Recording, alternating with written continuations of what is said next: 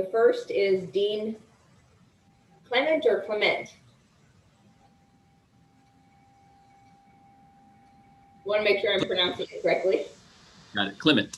Clement from the University of Memphis, and he is sharing with us today the rejection of Hebrew wisdom in Paradise Regained.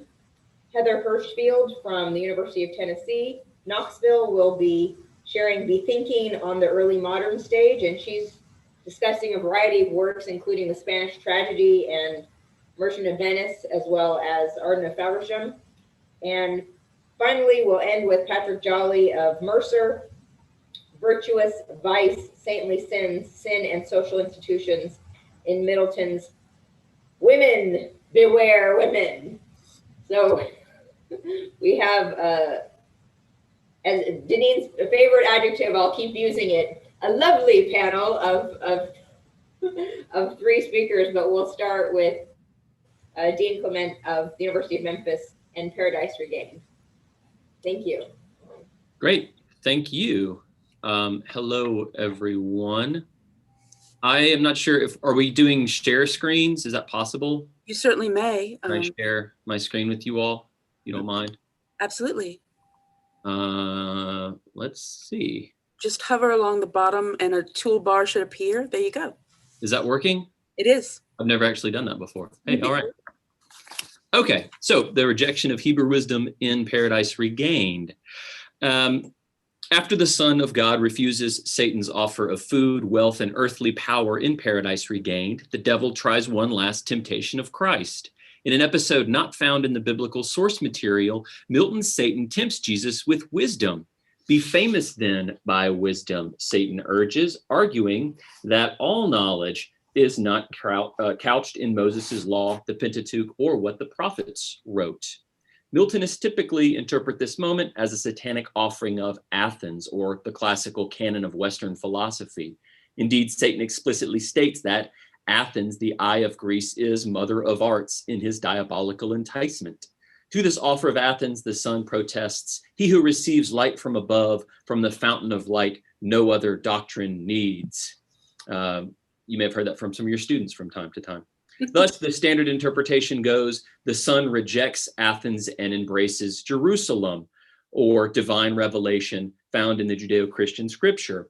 Here, Milton makes his contribution to the debate framed by Tertullian's rhetorical question, what indeed has Athens to do with Jerusalem, between the classical learning of philosophy and revealed truth of the Bible.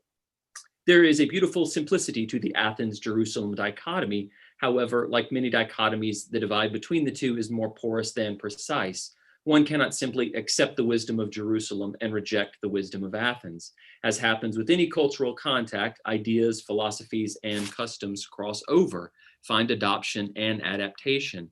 The same is true for wisdom in the ancient world. Tertullian himself likely owes more to his pagan learning than he was willing to admit. Therefore, my essay argues the Son's rejection of ancient secular philosophy is also a rejection of the Judeo-Christian canonical scriptures indebted to those ancient schools of Athens.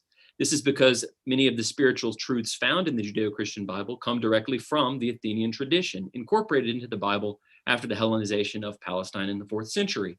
In the Hebrew Bible, Athenian thought finds its clearest expression in the Ketuvim, the collection of wisdom books, also known as the writings, that along with the Torah, or law, and Nevi'im, or prophets, make up the three divisions of the Hebrew Bible.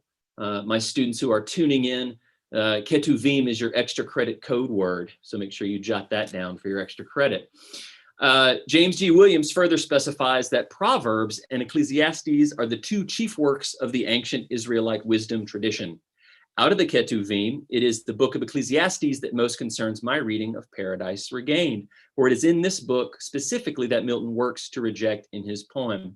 Through a careful study of how Milton handles Ecclesiastes in Paradise Regained, we find a rejection not only of Athenian wisdom, but of the most theologically troubling canonical texts of the Bible. Tempting the Son to, quote, extend thy mind o'er all the world in knowledge, Satan dangles wisdom in front of Jesus. As he tries to sell the Son on secular wisdom, he tells Jesus to look beyond the Torah's offering because all knowledge is not couched in Moses' law, the Pentateuch. He then adds, well, let me see. There we go. He then adds that valuable knowledge exists outside of what the prophets wrote, suggesting the insufficiency of the Nevi'im. Thus, in a detail often overlooked by Miltonists, Satan conspicuously omits the Hebrew Bible's wisdom literature genre, the Ketuvim. After invoking the two genres of the Hebrew Bible, Satan neglects to mention the wisdom of the writings in his biblical syllabus. It is as if to say, you need more than the Torah or the prophets if you want true wisdom. But where shall Satan's wisdom be found? Instead of the Torah or Nevi'im, he offers Jesus what, quote, the Gentiles also know and write and teach, to admiration led by nature's light. By excluding the Ketuvim in his denouncement of the Hebrew Bible, Satan's temptation has some tantalizing implications. More important than the specifics of Satan's offerings, however, are the specifics of the Son's refusal. As we will see, the Son's rejection of Satan's offer of worldly wisdom becomes a rejection of those wisdom writings of the Ketuvim. In his refusal, Jesus follows Satan's lead, explicitly referring to the Torah and Nevi'im to the exclusion of the Ketuvim.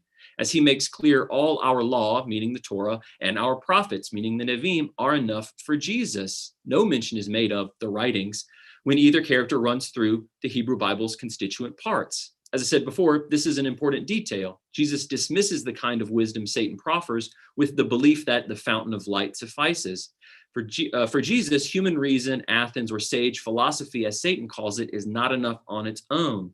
Satan's specific examples of the kind of wisdom he could give Jesus and Jesus's detailed, explicit rejection of this Athenian knowledge help illustrate the connection between the school of Athens and the wisdom writings of the Hebrew Bible.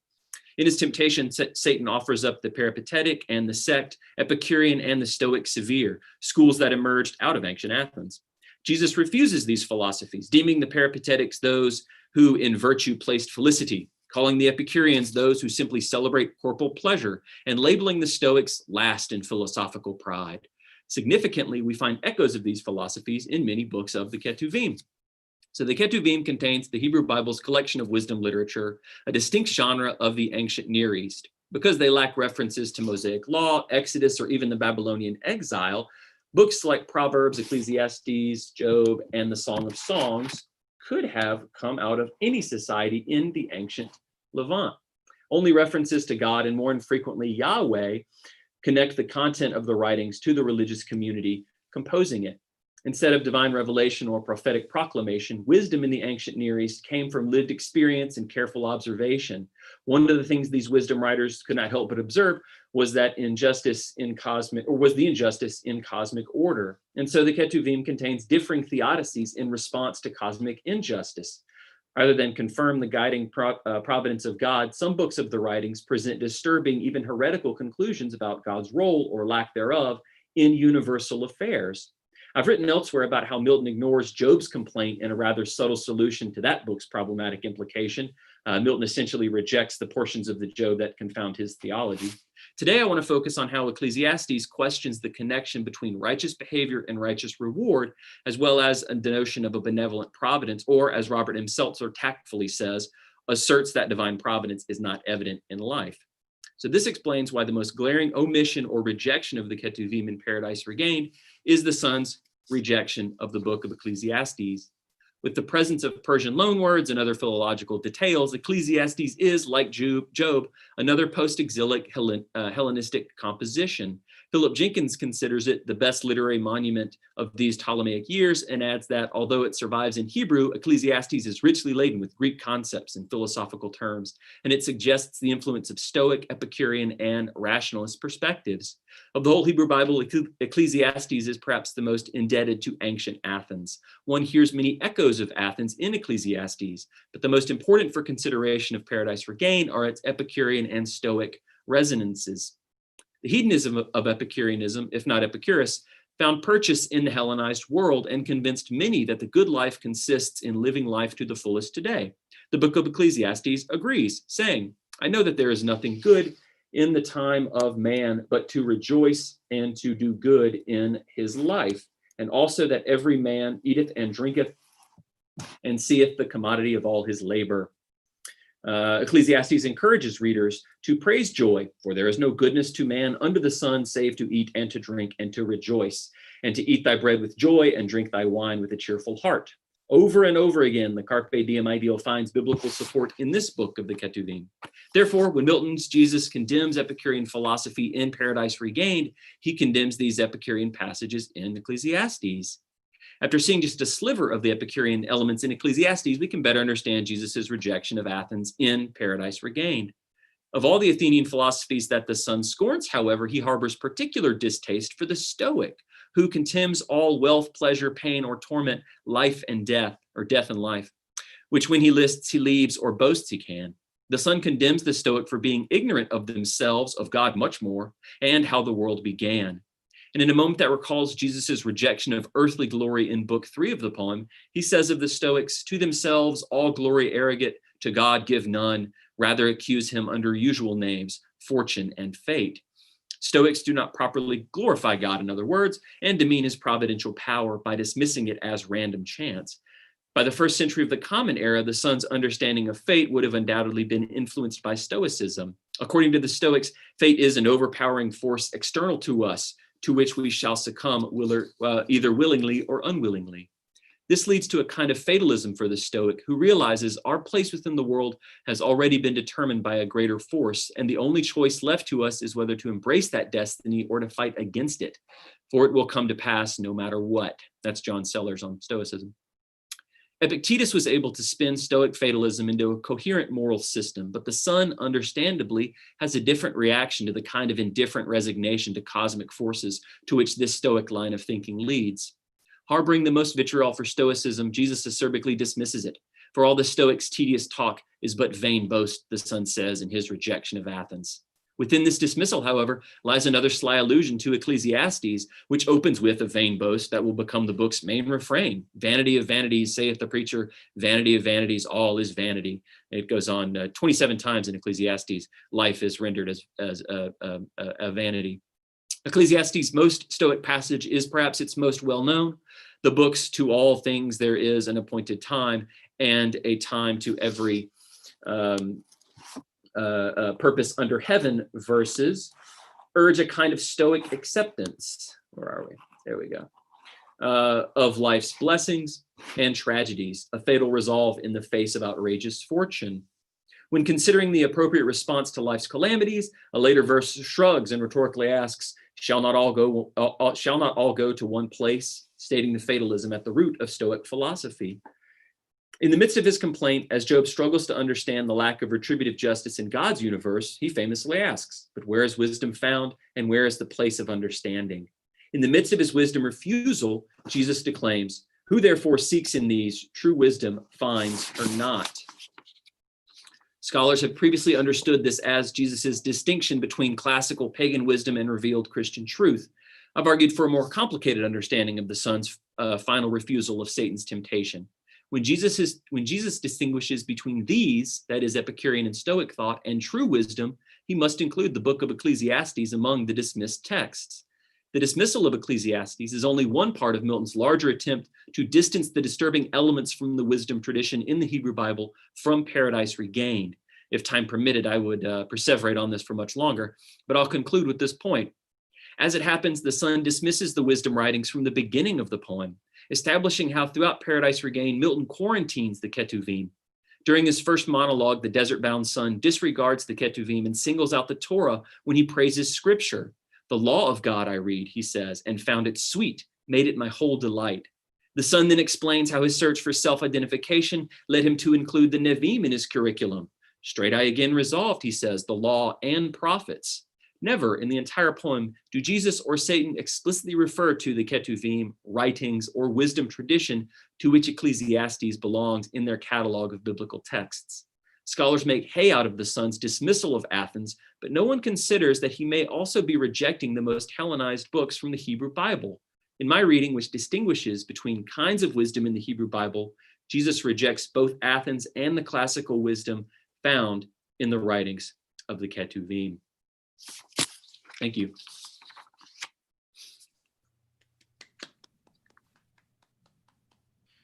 Thank you. The sun of wisdom is shining on us here in Durham, North Carolina. So we hope that the sun of the the wisdom of not just the prophets, but the writings will illuminate this panel today. Here, So I'd here. like to, yes, thank you, Dean, and make a transition to Heather, who will be, again, presenting Be Thinking on the Early Modern Stage, and she's presenting a panoply of works. She said a variety. Right, panoply is nicer. Okay, thank you very much. And a special, again, as I said a little bit earlier, but a special thanks to Deneen and Melissa and Chris and Helen for orchestrating all of this. Okay, Be Thinking on the Early Modern Stage. The heart of this essay is a prefix, be. It looks and sounds like one of the most consequential verbs in the English language, expressing as it does existence, facticity, essence, and identity. And of course, it looks like one of Shakespeare's most studied and celebrated words. As a prefix, be has multiple grammatical and semantic functions. It can change the meaning of a word in relation to time, space, degree, intensity, or frequency, and it can make an intransitive verb transitive. I look here at its effects when coupled with think on the Renaissance stage. Be Think, I suggest, has something to contribute to the ongoing cognitive turn in early modern studies. The celebration of cerebral experience as a theme of 16th and 17th century literature has long been a scholarly concern, and some of its most penetrating critics have studied it in terms of the problem of other minds. Recent scholarship, however, has reoriented these approaches in significant ways. Amy Cook's Shakespearean Neuroplay, Mary Crane's Shakespeare's Brain, and Evelyn Tribble's Cognition at the Globe, for instance, have investigated early modern cerebral experience as an embodied, situated process that has neurobiological as well as historical bases. They also suggest that it should concern us, or thinking should concern us at the levels of production and audience reception, as well as staged representation. Scott Newstock has proposed, as the title of his book suggests, that we can learn how to think like Shakespeare by recovering Shakespearean habits of mind as they were shaped by the educational and artisanal practices of his day. Other critics have destabilized customary objects of thought, turning them into the means or instruments for thinking itself. Valerie Traub, in Thinking Sex with the Early Moderns, for example, pairs what early modern writers thought about sex with how they, and now we, use sex as a way to think. And that was a quote. In Julia Lupton's Thinking with Shakespeare, Essays on Politics and Life, Thinking with Shakespeare is a hermeneutic opportunity for the contemporary audience, one that, quote, follows the rhythm and images of thought in Shakespeare in order to achieve original interpretive ends, effecting a kind of renewal in and through them, unquote. In the latter three works, the explicit thinking of the title serves not only as a declaration of a topic, it is an invitation into a critical project and method, an invitation that promises a special, intimate, and participatory relationship with both the material under investigation and with the biographical person or the set of linguistic expressions or the set of performance practices that we call Shakespeare. In the former three texts, something similar is at stake, even though thinking is not in their titles. Guided by cognitive psychology and neuroscience, they integrate past and present to explore the communal, extended, or embodied nature of what is conventionally considered autonomous thought or mind. My interest here is the way in which the term bethink might provide insight into how early modern writers imagined and staged the activity that these kinds of studies invoke. I am curious about the way in which this now largely obsolete term names a particularly intense as well as reflexive model of thinking that may challenge as much as it may share the impulses governing these recent critical usages.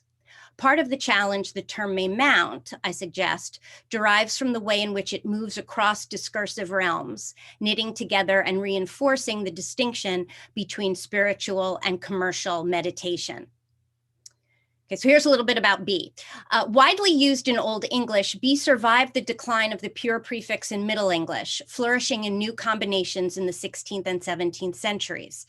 Based on its original signification of movement towards or around, linguists have cataloged a range of semantic and grammatical contributions of be to base verbs. 1, it makes an intransitive verb transitive. 2, it makes a verb's action thorough or excessive. 3, it makes a verb's action one that surrounds or covers. 4, it makes a verb's action cause an object to become what is denoted by the verb, think befriend or benumb. And 5, it makes a verb's action one that deprives, think behead. We can sum these up by saying that the main function of be is to intensify, complete, or perfect the verb. And here's a linguistic citation. It supplies the, quote, the notion of total effectiveness to the base meaning, unquote. In its function as an intensifier, the prefix has accrued psychological valences in a way that is highly exceptional for Germanic prefixes. Thomas Fraser suggests that be can impart not only the physical activity, but the mental activity associated with a verb. His Old English examples include delphin, to dig, which becomes bury, be delphin, and sirwan, to plot, which becomes murder, be sirwan. More recently, Peter Petre has studied be as a marker of deception, arguing that this meaning developed as a metaphoric extension of be's spatial meaning of movement around. Quote, deceiving someone is moving around someone unseen. And as he emphasizes, it is, quote, exceptional for an abstract psychological concept such as that of deception to be expressed by means of a verbal prefix. Here I investigate the metaphorical and psychological work of be on think as it is used in early modern discourses. The OED provides multiple definitions that indicate the prefix's role in supplying to the verb the notion of total effectiveness. In addition to replicating standard definitions of think, to bear in mind or to remember, the prefix imparts a purposiveness to which thinking is often mistakenly opposed to think over a thing with a view to decision or action. The other OED definition is to devise, contrive, plan, or arrange. More significant, particularly because this capacity is not supplied in the OED, be introduces a range of reflective and reflexive significations that orient the self in relation to thinking. Be think implies psychological and spiritual evaluation for which there are synonyms, regret, repent, grudge. But it also connotes strategies or modes of reflexive thought that can only be expressed through illeism, and these are more OED definitions, to collect one's thoughts, to recollect oneself, to return to oneself, to occupy oneself in thought, and to take it into one's head, to propose to oneself. In other words, if the history of the prefix be is that its concrete meaning, move toward, move around, was metaphorically extended to intensify or perfect the base, its function in be think is to move thought around the thinker, to make the object of thinking the thinking self, as well as any other topic or idea. It joins the verb to make thinking meta-thinking.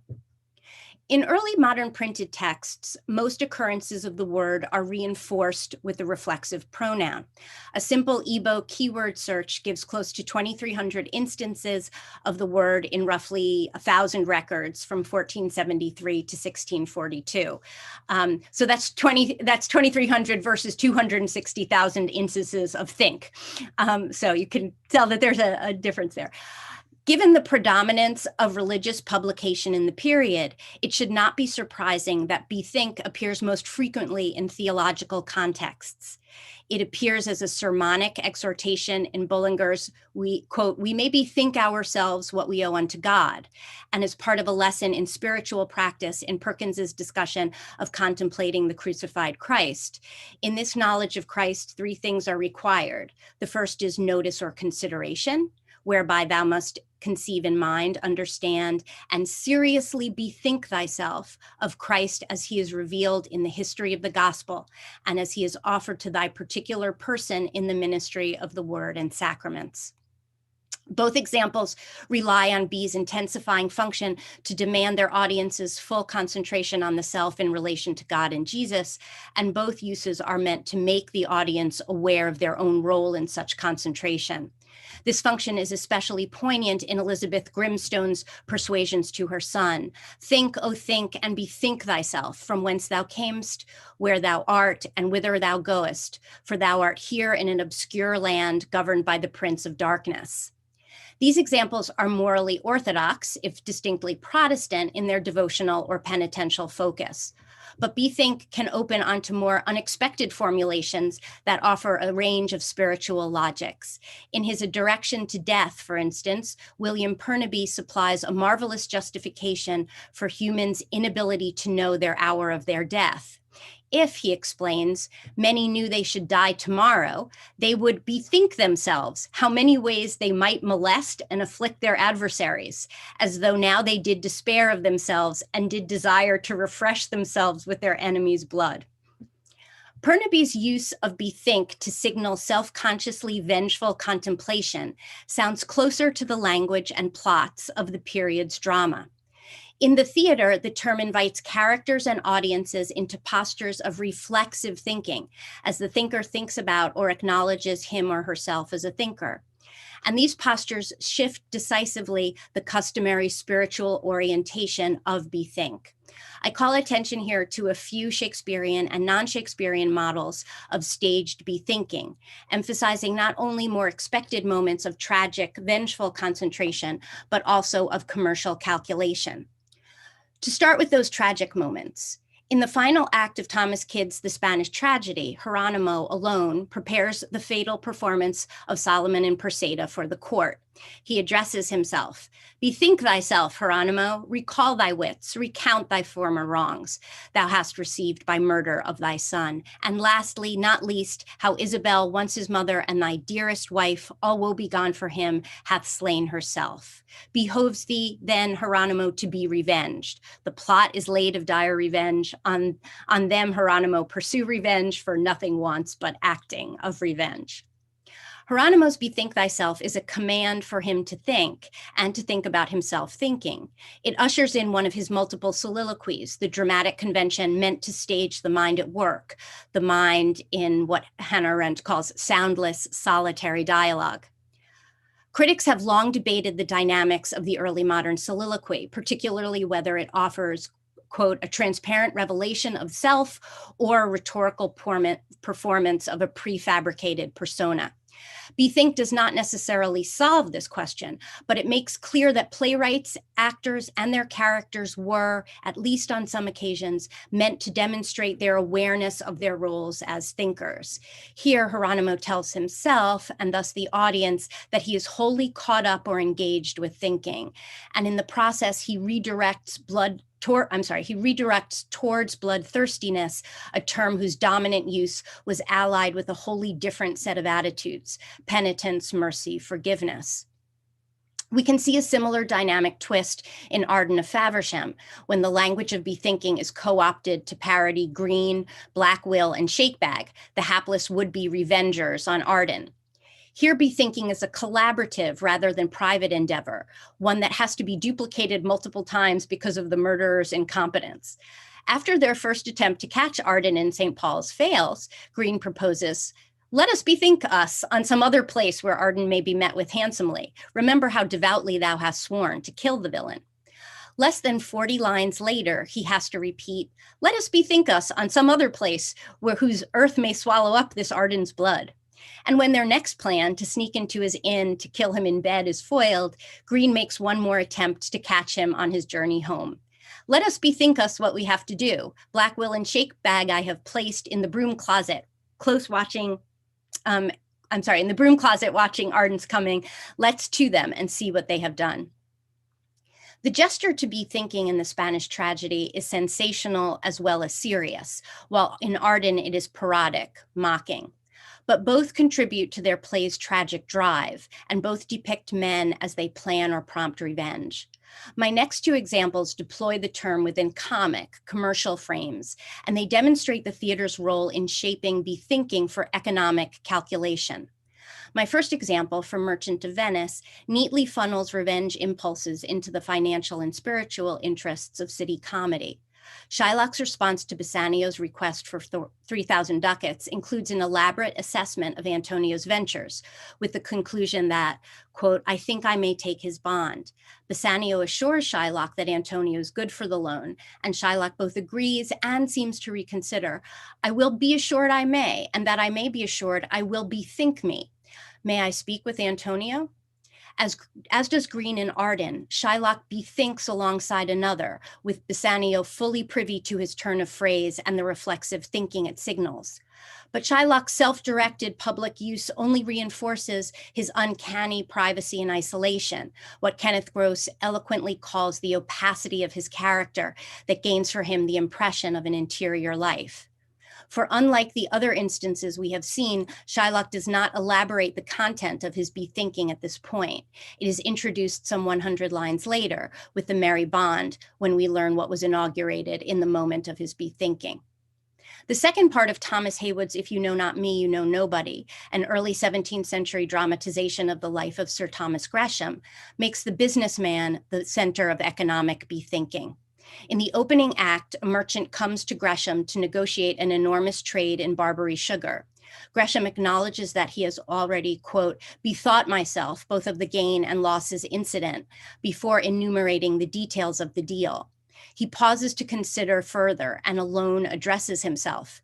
"Bethink thee, Gresham, 70,000 pounds, a good round sum. Let not the hope of gain draw thee to loss. I am to have a patent for all the Barbary sugars at a rate, the gain clears half and half, but then the hazard. The king may die before my first return, then where's my cash? Why, so the king may live these 40 years, then where is Gresham's gain?" Gresham's soliloquy propels bethinking from both its traditional discursive field of spiritual preparation, as well as its dramaturgic role in tragic self-evaluation, into the world of commerce. This movement rehearses in another key what Jean Howard has observed of the play's simultaneous mythological and schizophrenic portrayal of Gresham, a portrayal that treats him as a figure of both nostalgic civic sobriety and foreign extravagance. With his self-directed imperative, Gresham invokes, in order to assess his own financial self-interests, a posture and a mode of reflexive thinking more consonant with either the spiritual accounting of virtues and vices or the theatrical plotting of revenge and murder. The connections between mercantile tactics and penitential disciplines or soteriological doctrines have long been noted. Gresham's "Bethink Thee" plays out these connections at the level of the word. At the same time, and perhaps more important, it affords the merchant figure the role of soliloquizer. His phrase thus attests to the role of the theater in this period in staging the deep structural intersection of the spiritual and the economic, an intersection that is, in turn, part of a larger and prodigiously researched dynamic between religious and theatrical practices and cultures. But at its heart, staged bethinking is part of the drama's efforts to imagine, present, and acknowledge characters thinking about their own thinking, that is, to stage moments of meta-thinking. In relation to the contemporary cognitive turn, then, these moments suggest at least two things. One, that the early moderns, while leaving room for the thinking with of contemporary parlance, could also be highly protective of their cerebral experience. And two, that spiritual exercises and concerns shape this experience in ways not accounted for by neurocognitive approaches. To close, however, I want to suggest that these moments can direct us to the kinds of philological inquiry promoted by scholars such as Patricia Parker, Jeff Maston, and Roland Green. Maston, for instance, reminds us of, quote, "the utility of patiently unraveling the connections of even the most initially unlikely of words for understanding this culture." In closing, then, I would invite a different, more curious or creative sense of the connection between the prefix be and the verb of existence, be. The OED makes clear that these words have distinct etymologies. Linguists don't seem to pause to consider the relationship, but when spoken on stage, would not an audience hear the pun, since bethink proclaims the character a thinker? I'm bethinking. The power of this prefix to make and remake characters in this way may have other, more provocative effects, but for now, let be.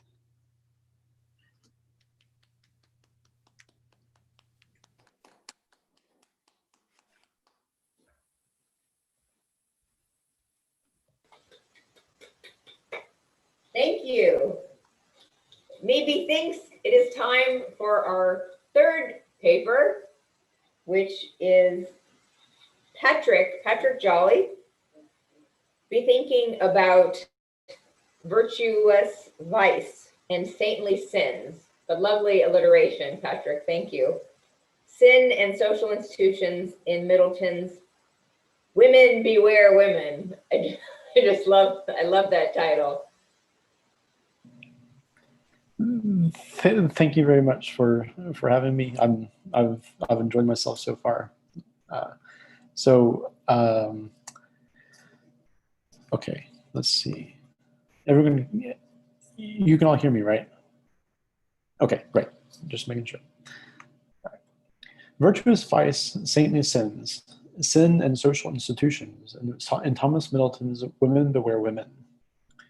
So the paper begins with an epigraph, which is this: "Look not on his countenance or on the height of his stature, because I have refused him. For the Lord seeth not as man seeth, for man looketh on the outward appearance, but the Lord looketh on the heart," from 1 Samuel 16:7.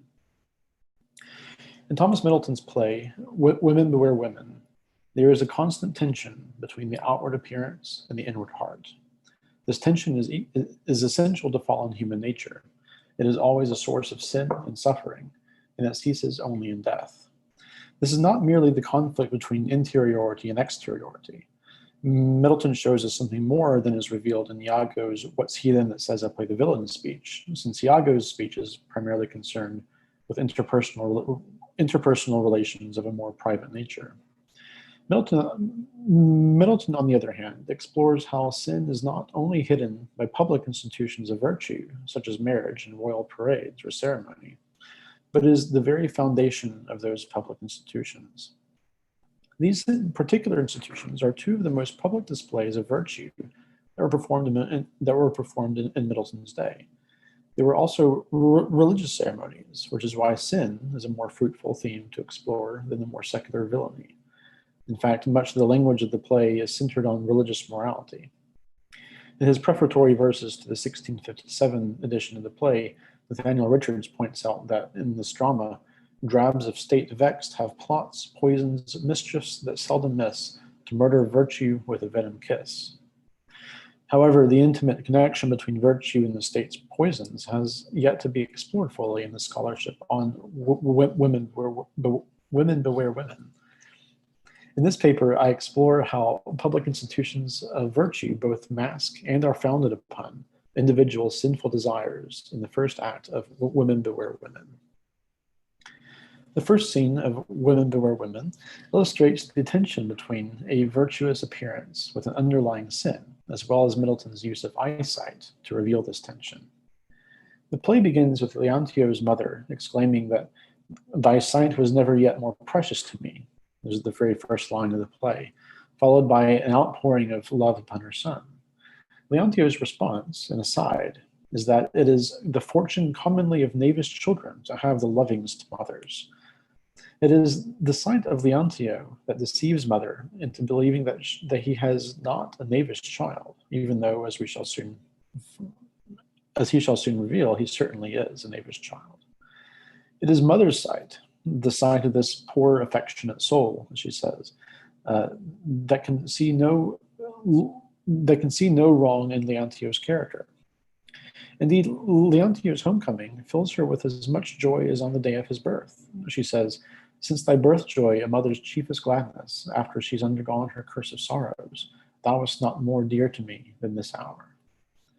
Thus, Middleton immediately calls attention to sight, original sin, and the difference between public virtue and private vice. Leontio goes on to describe his marriage to Bianca as a good and holy deed, since marriage causes Leontio to quote, "find no wish in himself bent sinfully to this man's sister or that man's wife," end quote. And when he goes to church, he can pray handsomely, not like gallants, only to see faces, as if lust went to market still on Sundays. Leontio has nothing to fear from his private desires now that he is publicly married, and he claims that he has the same reason for marriage that Paul provides in 1 Corinthians, where Paul says, "Nevertheless, to avoid fornication, let every man have his own wife, Let every woman have her own husband. It's in 1 Corinthians 7:2. The virtuous institution of marriage, then, is only meant to guard one from sin, but marriage is also necessitated by private sinful or sexual desires.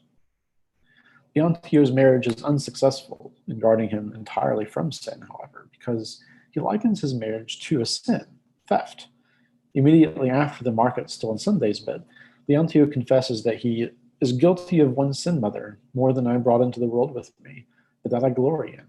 'Tis theft, but noble as ever greatness yet shut up withal. Because his and Bianca's elopement lacked the blessing of her father, Leontio's marriage is the sin of theft. Yet again, Leontio's nativity is evoked, but this time it is quite different than the birth joy from earlier in the scene. Leontio, who knows that he is a knavish child, is more aware of his own cunning nature than his doting mother. According to Leontio, his birth does not bring joy, but the original sin of Adam.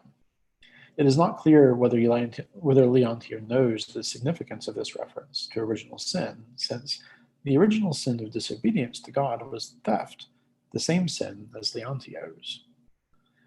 Leontio commits a further sin, however, in his glory in his theft, attributing nobility to the action. Surely this is a form of pride, and pride manifests in the marriage formed with his stolen treasure. Leontio continues by claiming that his theft is, quote, never to be repented, mother, though sin be death. I had died if I had not sinned. And here's my masterpiece. Do you now behold her? Look on her well, she's mine. Look on her better. Now, say if it be not the best piece of theft that ever was committed, and I have my pardon for it. 'Tis sealed from heaven by marriage. End quote. Leontio offers a dizzying chain of reasoning here that reveals his confusion of private sin with public virtue.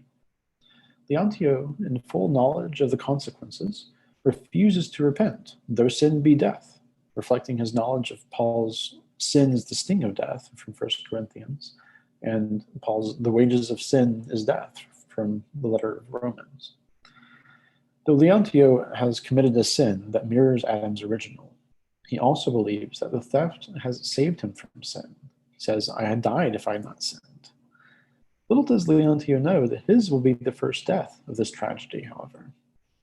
Leontio continues, basking in his pride by directing his mother's eyes to his quote-unquote masterpiece, anticipating Bianca's stroll among the art objects before she meets the quote-unquote monument of the Duke in the second act. Milton shows us that Bianca is an object of sight. Behold her, look on her well, look on her better. 3 times in 2 lines, Leontio directs our eyes to Bianca as she stands, silent, for another 83 lines. There has never been a better theft committed. Leontio beholds Bianca, his stolen masterpiece, and he sees that she is good. The final stroke of Leontio's pride is not even this hubristic admiration of stolen creation, but that all of his sin is masked by the ceremony of marriage. Leontio ceremonially flaunts his theft publicly by marrying Bianca. Marriage, Leontio believes, provides a pardon for his sin. The last line of Leontio's speech, "'Tis sealed from heaven by marriage," is, however, ambiguous. The more intuitive reading of this line is that heaven pardons Leontio, and the pardon is sealed by the ceremony of marriage. Marriage causes heaven to pardon Leontio's sin. Surely, given the context of Leontio's speech, this is what Leontio believes and wants to express. But Leontio could have said his pardon is sealed by heaven in marriage, instead of sealed from heaven by marriage. In my alternative line, the pardon is sealed by heaven in marriage, Leontio would have expressed what the general reasoning of his speech implies. The reasoning being, Leontio is pardoned by heaven, and that pardon is sealed in marriage. One should notice here that there are differing subjects for each version of the line, mine and Middleton's, and so the lines are substantially different. In mine, which I believe is more consistent with Leontio's meaning, heaven seals the pardon. In Middleton's, Marriage seals the pardon, which is sealed from heaven. But how might this difference be significant? I believe Leontio's sentence, the one that Middleton has actually written, betrays Leontio's fear of damnation. Leontio is afraid of being sealed from heaven, or prevented from entering heaven. He has performed a slip at the crux of his reasoning. His mistake is deeper than expressing merely a fear of damnation, however. Leontio reveals that he is aware that it is precisely the public performance of his sin, as the ceremony of marriage, that has sealed his pardon from entering heaven on his behalf. This reading of the text clearly displays more psychological depth in Leontio's character than a more straightforward reading of Leontio's intention, captured in my version of the line. But regardless of how one interprets the line, Leontio's reasoning still points to marriage as a performance of sin, a sin that occurs first in secret and then in public. While scene 1 explores how marriage masks and is founded upon sin, scene 3 examines the relationship between sin and royal ceremony. In scene 3, Leontio departs for a business venture to make more money for his growing family, leaving Bianca in his mother's care. Immediately after he leaves, there is a ceremonial parade of the Duke and State, public display of royal virtue, that approaches Mother's house. The Duke's parade, Mother explains, is a, quote, solemnity religiously observed at St. Mark's Temple. Mother tells Bianca that I would not be 10 years younger again than that thou hast lost the sight of the Duke. Now you shall see our Duke, a goodly gentleman of his years. Mother puts into Bianca's mind the image of the Duke as a respectable man of solemn devotion. And Mother makes sure that Bianca looks at him, referring to sight twice in 2 lines. Mother even goes so far as to claim that she would not have 10 years added back to her life than for Bianca to miss this sight. Bianca is of course attracted to the Duke's devout character, attributing wisdom and judgment to his age, and reflecting upon how her soul could dwell upon the reverence of such a solemn and most worthy custom, she says. All of these attractive features are only external: respectability, religious practice and ritual, pomp and circumstance, of which there is much, as Middleton indicates in the stage directions, when he says, enter in great solemnity 6 knights, bareheaded, then 2 cardinals, and then the Lord Cardinal, then the Duke, after him the states of Florence, by 2 and 2, with variety of music and song. The stage is transformed into a spectacular festival of royalty, religion, and virtue, and Bianca is taken in by it all. In order to assess Bianca's interest in the ceremony, Mother asks her a seemingly benign question. How like you, daughter? She asks. There are 3 other times when a similar question is asked in Women Beware Women. Fabrizio asks the Duke about Isabella, how like you her breast now, my lord? Fabrizio asks Isabella about the ward, how do you like him, girl? This is your husband. Like him or not, wench, you shall have him and you shall love him. And when Isabella asks the ward during his examination of her body, and how do you like me now, sir? Each of these questions is either intended to elicit a sexual evaluation or is interpreted as a request for a sexual evaluation. Mother asks the question that she should ask if she were presenting a potential mate to her daughter, just like Fabrizio asks Isabella. Of course, Fabrizio leaves Isabella no choice but to accept the ward. However, Bianca is likewise left no choice when the Duke takes her in Act 2, Scene 2. Bianca replies with an evaluation of what she thinks she saw, which demonstrates her own pure intentions. "'Tis a noble state," she says. "Methinks my soul could dwell upon with the reverence of such a solemn and most worthy custom." The public display of virtue and holiness performed by the Duke is far more visible than the sinful possibilities that hide beneath this appearance. Similarly to the first scene, Mother seems to be able to perceive this Janus-faced ceremony, despite the dull brains she claims to have. Bianca is not only the seer in this scene, but seen. Bianca wonders, "Do not the Duke look up? Methought he saw us." Mother dismisses Bianca's query by referring to the all too familiar phenomenon that when a celebrity or a person of importance looks in one general direction, one believes the person has looked specifically at them. Mother says, "That's everyone's conceit that sees a duke. If he looks steadfastly, he looks straight at them. When he perhaps, good careful gentleman, never minds any, but the look he casts is at his own intentions, and his object only the public good." Mother's explanation of the Duke's real intentions is rather odd and unnecessary for convincing Bianca that she was simply mistaking the meaning of the Duke's gaze. The first 2 lines are sufficient explanation of Bianca's belief.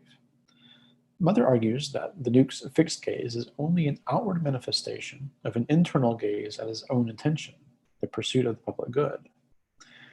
Mother's explanation of the Duke's gaze relies on juxtaposing the public and the private, but ultimately, the private intention dissolves into a sole concern for the public. If Mother is ignorant of the Duke's private intention, his intention to take Bianca as his mistress, then we may take her at her word that the Duke's only object is the public good. In this first reading, Mother uses object, as defined by the OED, as a goal, purpose, or aim. The Duke's object is only the public good, insofar as the Duke's only concern is for the public good. This is an ideal quality of a leader, and this is the Duke's real character, according to this perception. But Mother's explanation is also ironic. A second reading of Mother's lines is that the Duke's own private intention is in fact the sexual conquest of Bianca, and this lecherous intention is precisely what makes the public look he casts significant in the tragedy. In this reading, object should be read as something placed before or presented to the eyes or other senses. The only object the Duke allows to be visible to others is an apparent concern for the public good. In reality, the only object placed before the Duke's sight is Bianca. The Duke intends to take Bianca, who has been framed by the window like a painting for the Duke's pleasure, by any means necessary. This brings us to the end of Act 1. With more time, I would continue to explore the Duke's venom kiss from the opening lines of the dedication, and the corruptions of Bianca, as well as the public institutions of marriage and royal ceremony. The tension between interior sin and public virtue is by no means less present in Isabella's plotline. After all, Isabella consents to marry the petulant ward so that she may be prepared for her incestuous relationship with her uncle. Finally, the wedding mask in Act 5 provides the scene for the ultimate downfall of all the characters as their individual revenge plots come to light, allowing us to see with the cardinal that what sin is, these ruins show too piteously. That's it.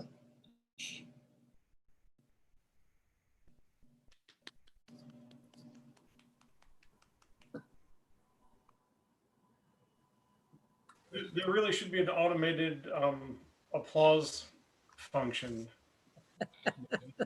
We don't have the silence. You mean like a laugh track in an old sitcom? Is that what you mean?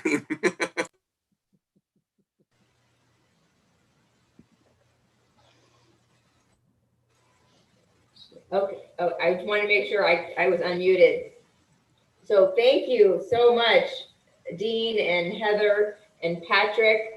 I'm going to open the floor at this point as we think about Fran's already right at the. Well, I'm right here. I'm right next to you. I can grab you. Maybe thinks I will ask Fran first and not think that you are in a threatening position. Fran. Oh, I don't share think with it's us, ever in a please. threatening position unless, it's, well, I can't imagine someone so gracious would be threatening. Heather, I want to ask. No, not at paper. I just loved the paper. I thought that it gave me a lot to think about.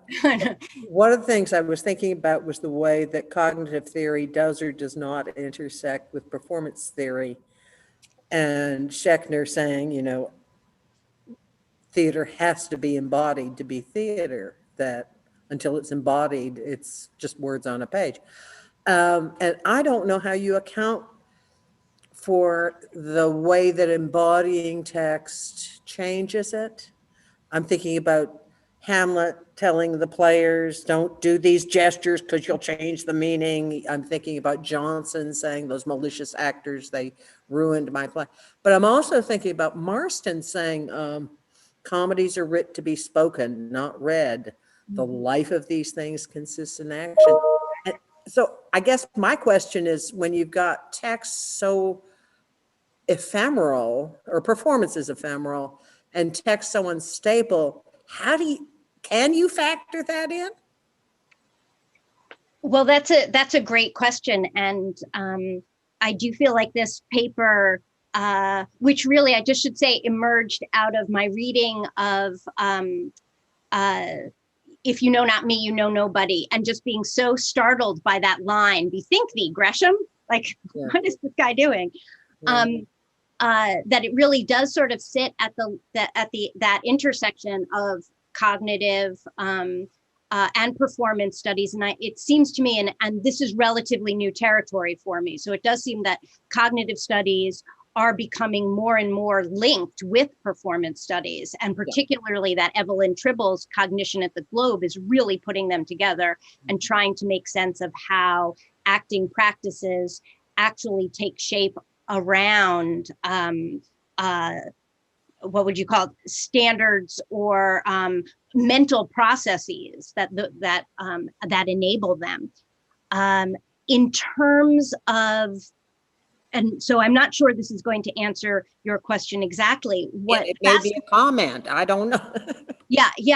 So I think that's the direction that performance studies, at least some of these that I've been reading, may be going, is to try to understand what those cognitive and thus embodied processes that are already embodied, how they inform actual work on the stage, whether it's, just to give you an example from Tribble, the use of stage doors, she explains, is very much modified by what she suggests was just intuited about cognition by Shakespeare and his contemporaries, that they knew that you need to go in one door and out the other, and that helped actually with entrances and exits, regularizing them.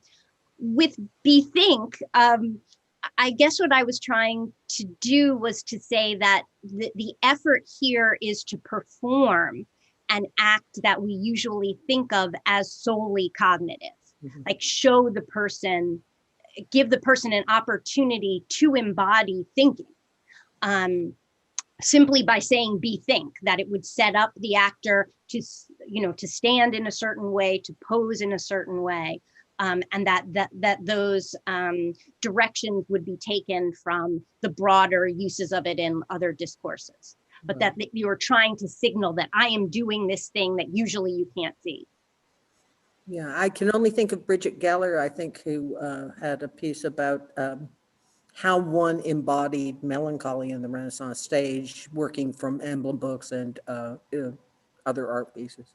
But I think that's really, it was fascinating. I can't wait to think about it some more. I really appreciated it. It does lend itself to a lot of puns on, Bethink.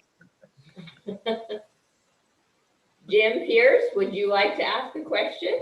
Yes, this question is for Dean, but before the question, Dean, thanks for your entertaining and provocative presentation on Paradise Regained, which very few people are brave enough to do.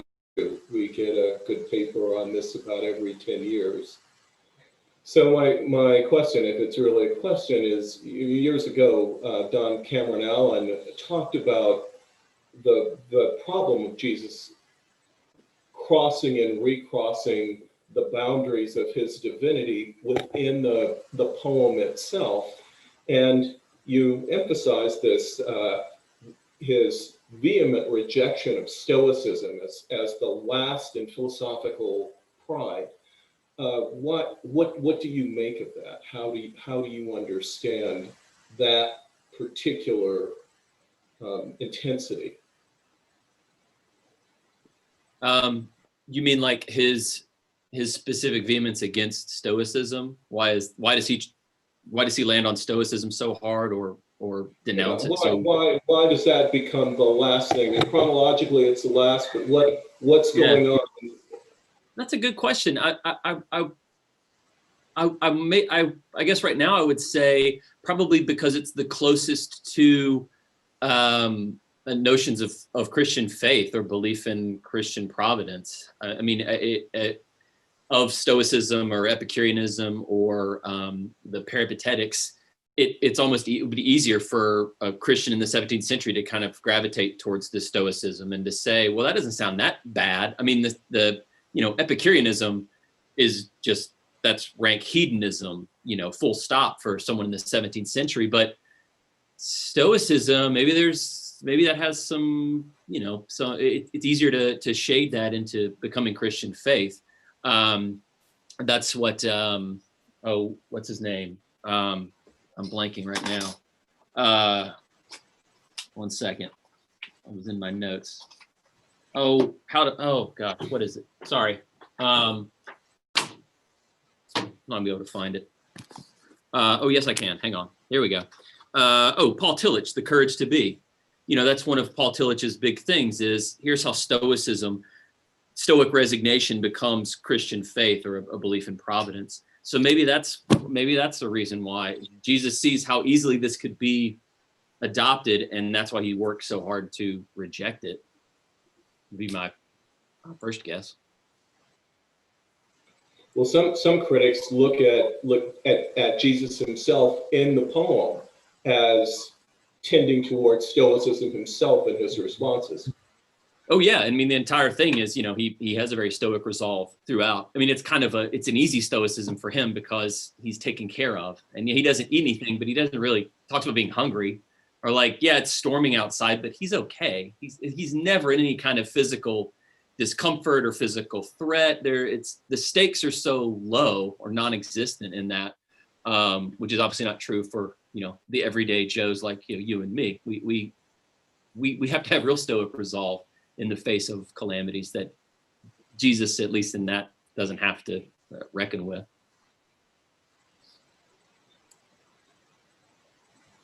I have a follow-up question for Dean or a couple.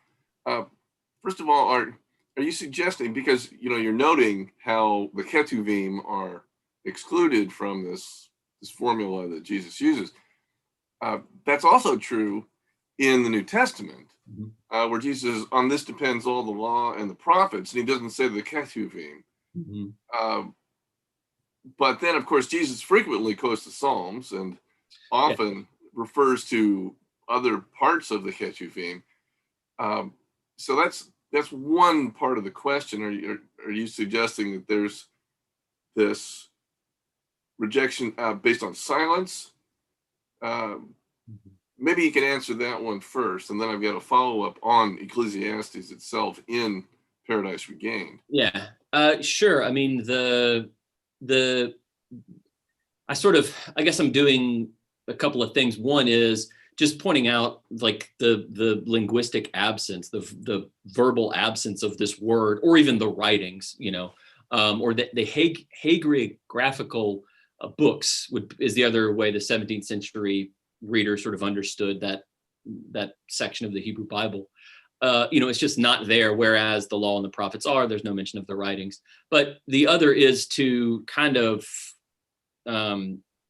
chop up and dissect the Ketuvim as one big gigantic thing into the smaller units that the tradition has sort of suborganized it. And sure, Jesus quotes the Psalms, readily, frequently. Those are much easier to cite and to quote if you are kind of trying to stay within the theological orthodoxy.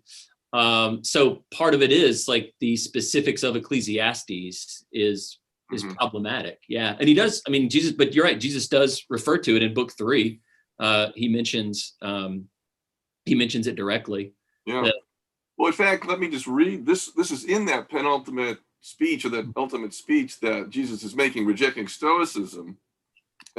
This is Paradise Regained, book 4, line, 322, 323. However, many books, wise men have said, are wearisome. I mean, he's very clearly quoting Ecclesiastes here. You know, many books there is no end, much studies weariness of the flesh. So he's quoting Ecclesiastes as a wise man who reads incessantly, and to his reading brings not a spirit and judgment equal or superior, and what he brings, what needs he elsewhere seek, uncertain and unsettled still remains, deep versed in books and shallow in himself, crude or intoxicate, collecting toys and trifles for choice matters, worth a sponge as children gathering pebbles on the shore. Yeah. So here he's enlisting what's pretty clearly a quotation from Ecclesiastes to refute Stoicism as a sort of intellectual parlor game, I guess. I don't know how you put that. That's how it seems to me.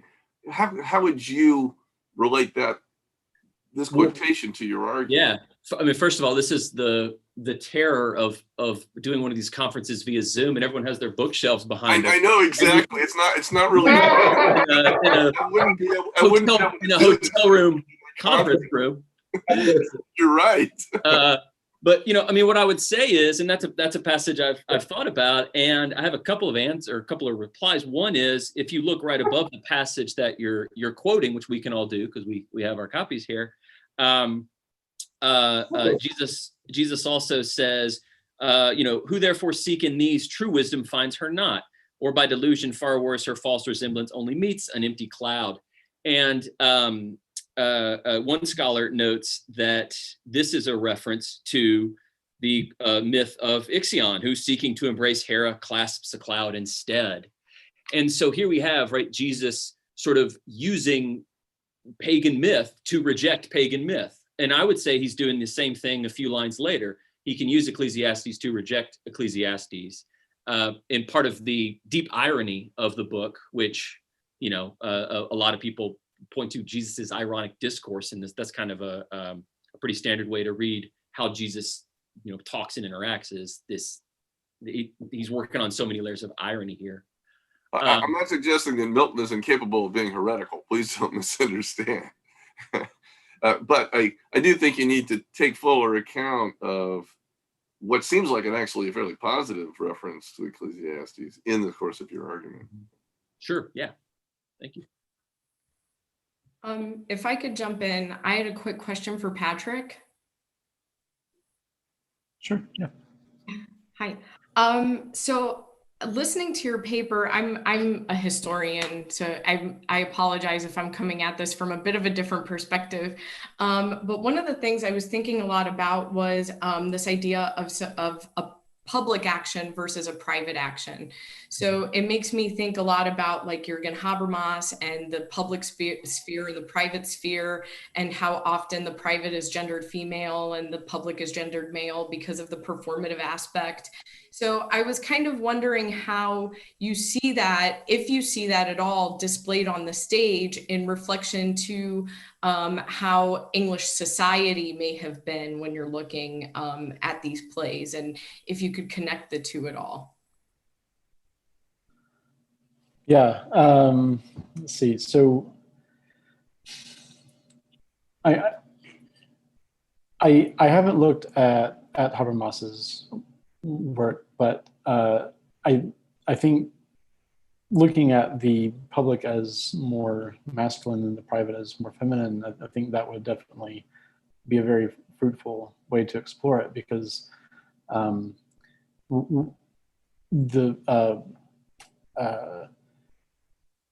not in the first act, but later in the play, Bianca is, there seems to be some dispute about whether it's a rape or a seduction by the Duke. And then for the majority of the play, Bianca is portrayed publicly as the Duke's lover or mistress. And so there's this masculine power in the public display of Bianca as the Duke's possession. Right. But the actual action of the rape or the seduction or whatever it is not publicly displayed at all. She's taken off the stage. Right. So whatever her experience of that was is not accessible even to the audience in the theater. That's So very. Yeah. I know. I was really fascinated by what you were saying and how like the actual action of the marriage and all of that worked in the play. I'm not familiar with this particular work, so it was interesting to me because it hit on that point, that idea of the public and private. And I think it'd be really interesting to kind of explore that more gendered aspect of it. I think it'd be a really, really interesting.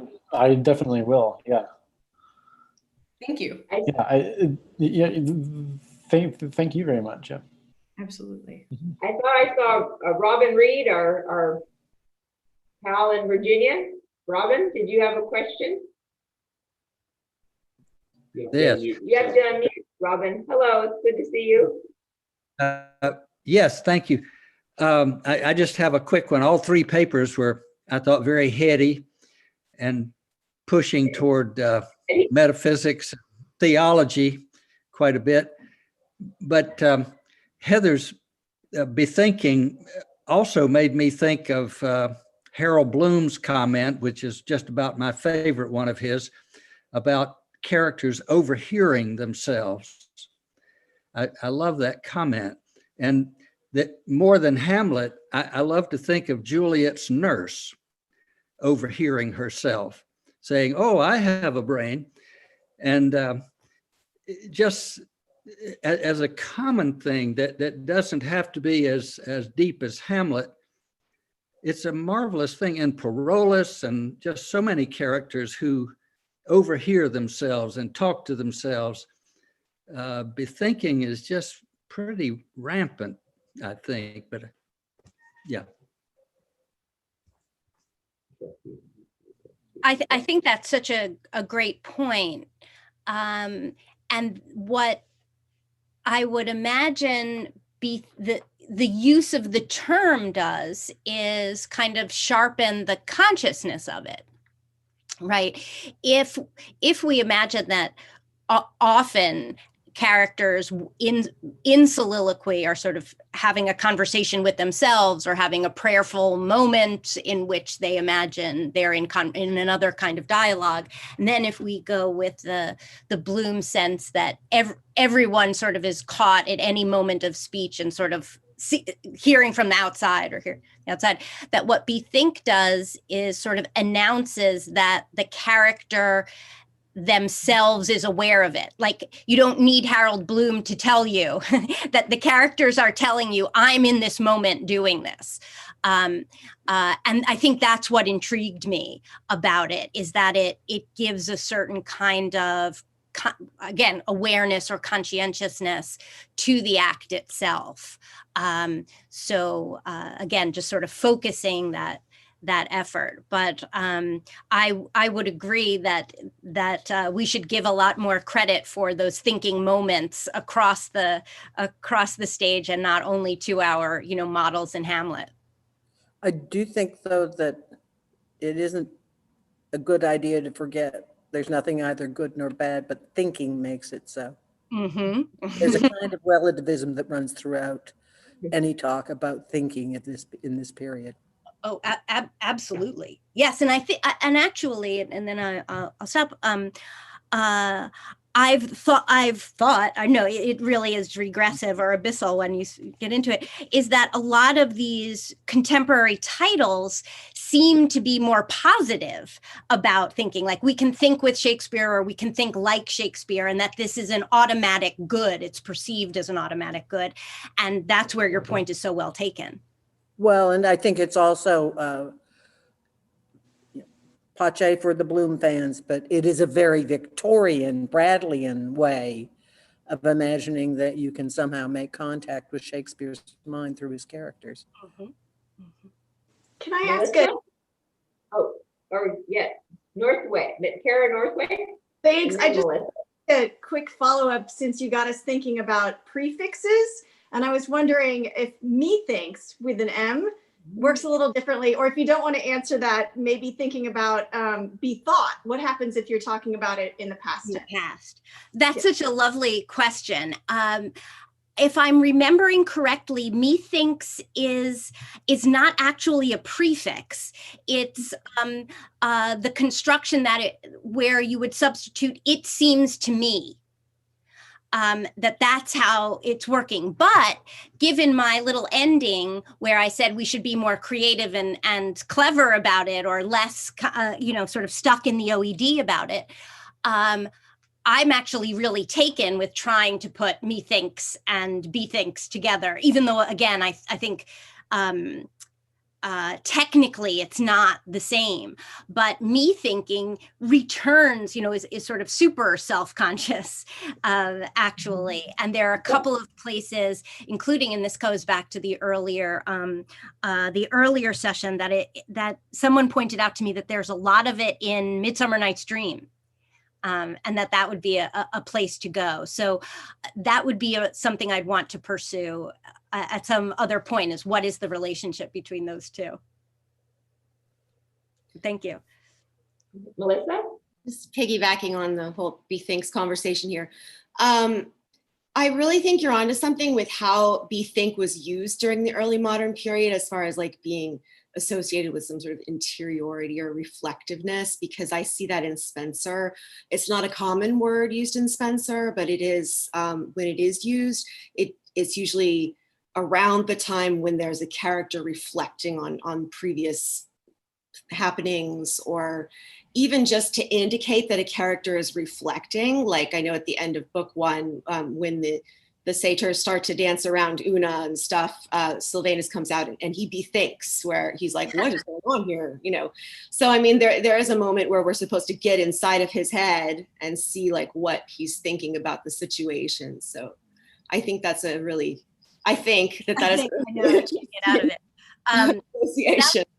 That's such a nice way to approach it, and that it's sort of an invitation to the audience. And obviously with the Fairy Queen, it's a reading audience as opposed to a stage audience. But it's the invitation, like, this is what I'm doing, watch me do it, or watch me do it. The other thing, and I'll just say this quickly, is when I first started working on it, I wondered if bethink was archaic in the period.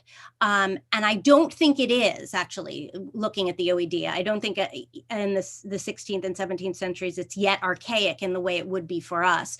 But at one point, Melissa, I was wondering if it was one of Spencer's, it could be seen as a Spencerian archaism, going for a particular effect that we associate with Spencer, that archaic. Well, according to WordFind, it's really not used that often. So, I mean, it really doesn't occur that much. So, but on the rare occasions that it does, it seems to be associated with like reflectiveness. Yeah.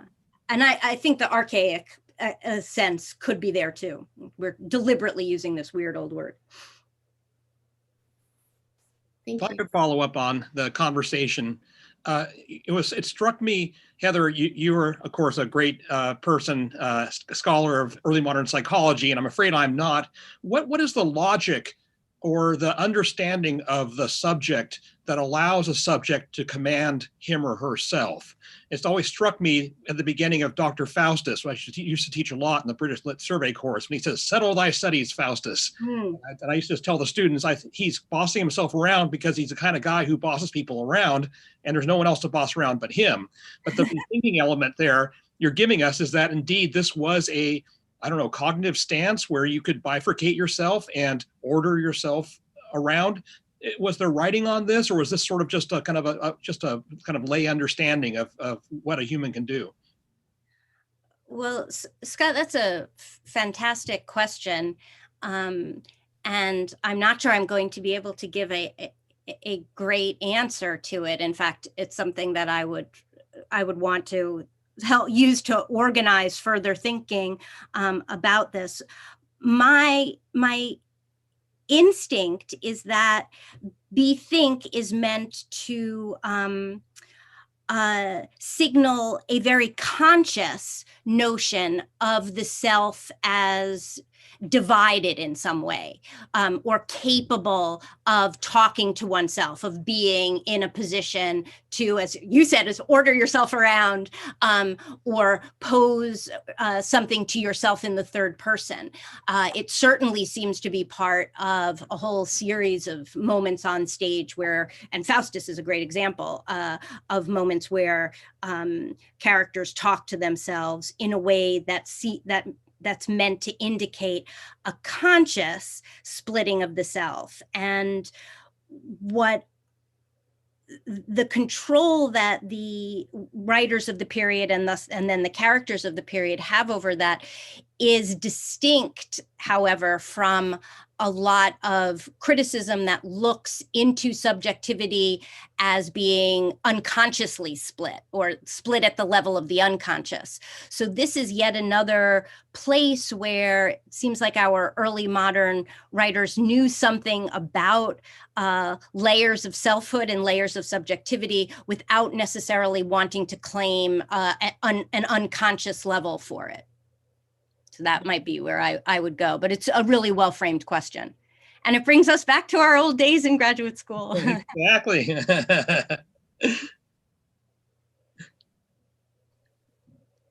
More inquiries about knowledge, wisdom? Robin?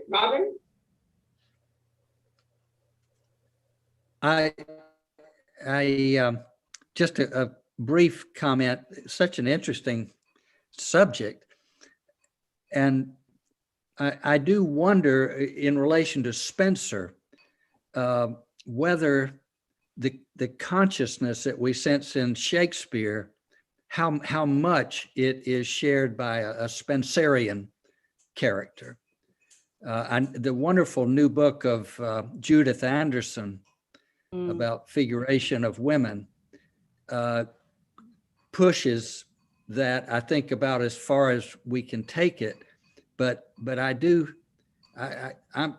often debate in my own mind between Spencer and Shakespeare as to that consciousness and bethinking, which characters really do that in Spencer.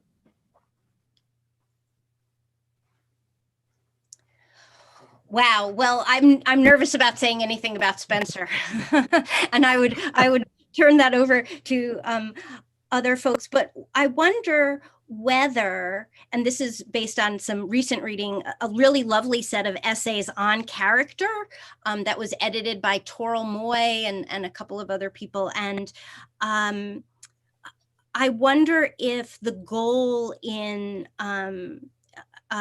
evaluating Spencerian character is to think about more of the effects on the audience than what's actually being created in or for the character itself.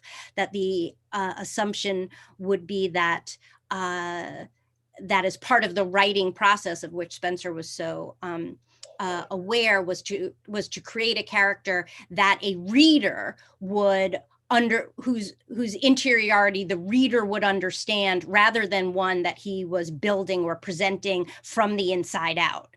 And that might be a distinction between my sense of what Shakespeare's doing with the kind of self-presentation of those characters. But I would defer to the Spencerians in our group on Spencerian character. If that I might include you, Robin, as well as Melissa.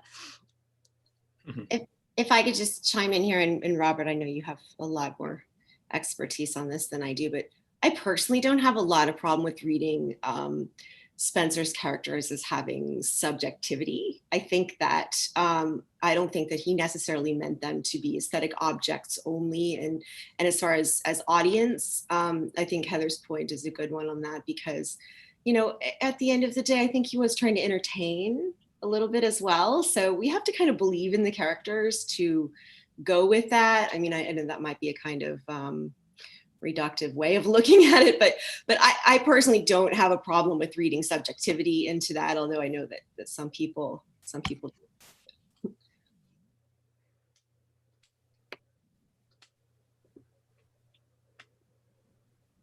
Robin, did you want to add, give us more of a Spencerian? No, thanks. Well, certainly the difference, I guess, the Spencer clearly also has his characters as allegories as well as subjects, and one can read both ways, one way or the other, or is there a way to read them at the same time? People talk quite a lot about that. Using that same kind of idea of convention, certainly the bethink yourself, Hieronymo, is a way to communicate to the audience when you cannot show interiority on the Elizabethan or Jacobean stage. It'd be interesting, Heather, for you to explore maybe prose works and see if they indeed have that sense of the bifurcated commanding self, which kind of reminds me of back in the old days, Paul de Man's ironic self, the one who kind of keeps every so often comes out when you make a mistake and you beat.